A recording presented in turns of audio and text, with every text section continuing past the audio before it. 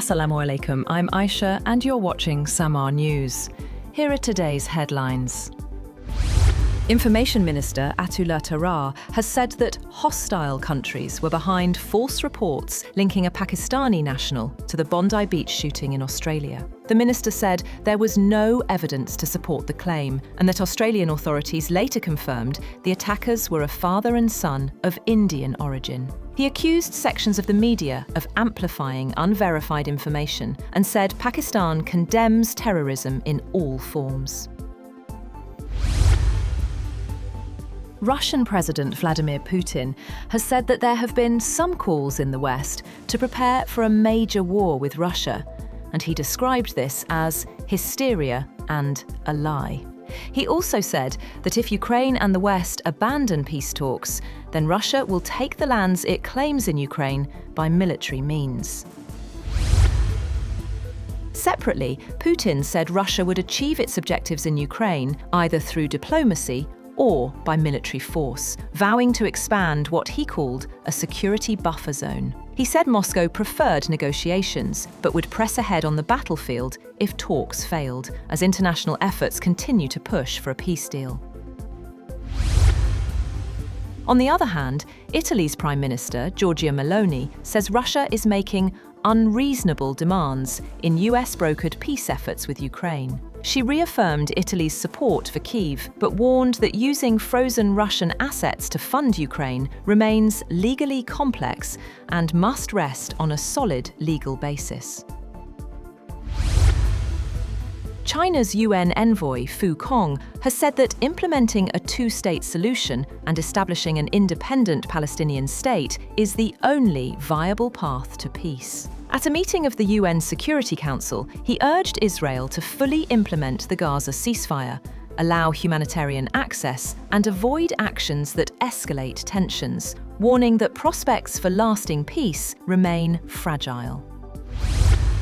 Authorities in India's capital, New Delhi, have rolled out strict measures in an attempt to curb pollution, including a ban on vehicles not compliant with latest emission control norms and regulating attendance in private and government offices.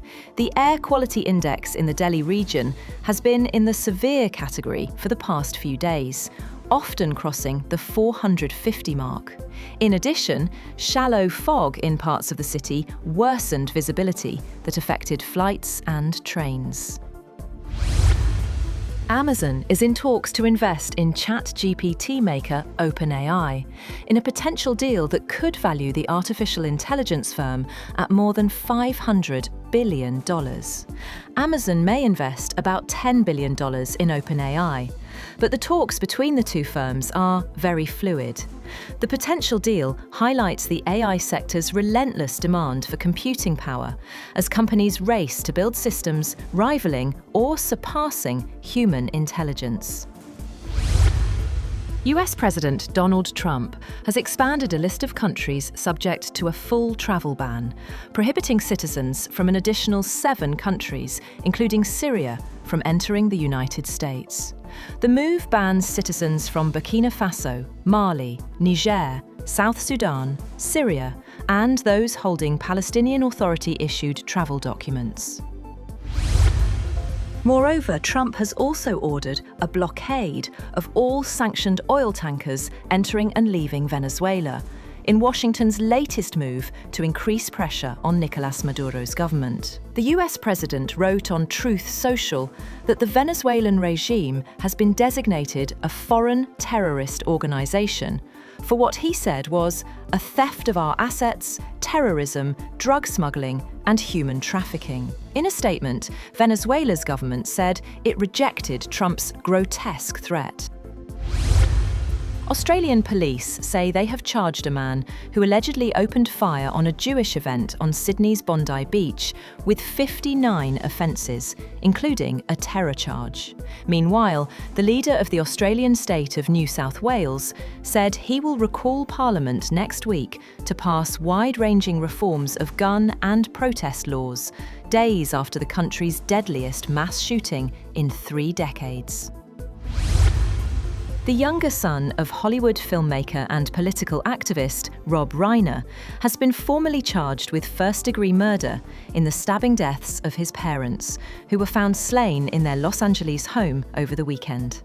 Officials said evidence gathered by the Los Angeles Police Department led homicide detectives to Reiner, who was taken into custody without incident on Sunday night at a park in downtown Los Angeles near the campus of the University of Southern California.